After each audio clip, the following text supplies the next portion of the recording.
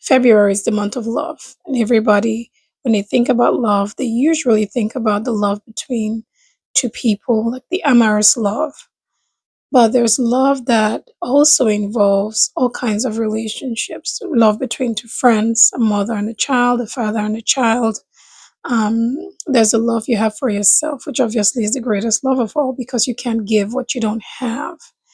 And I know that a lot of people struggle with self love because you've been told multiple times that you're not pretty enough, you're not smart enough, you're not tall enough, you're not hardworking enough.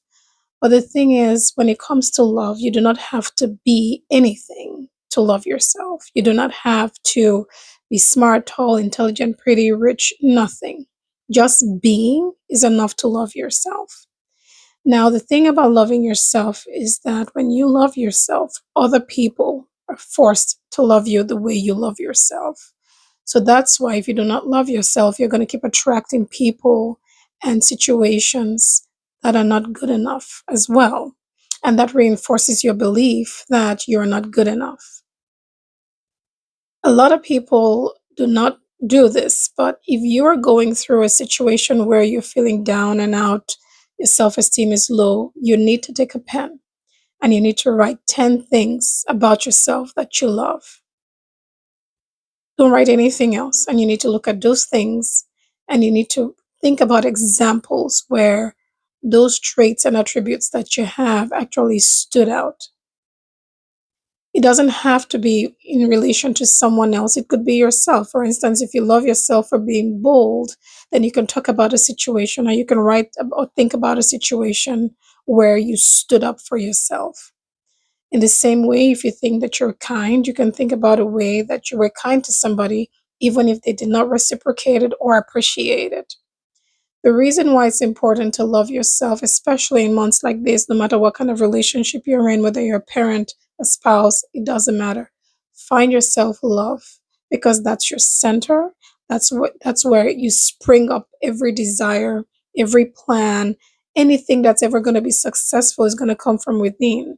And if within you you're unhappy, you're dissatisfied, you do not love yourself, then you're going to see that in other aspects of your life you're not successful either.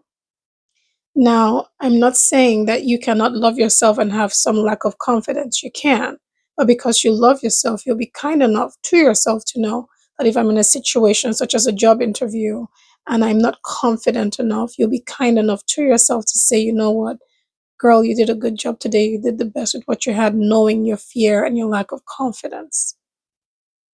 You see, when it comes to loving yourself, you can't do that without being kind to yourself.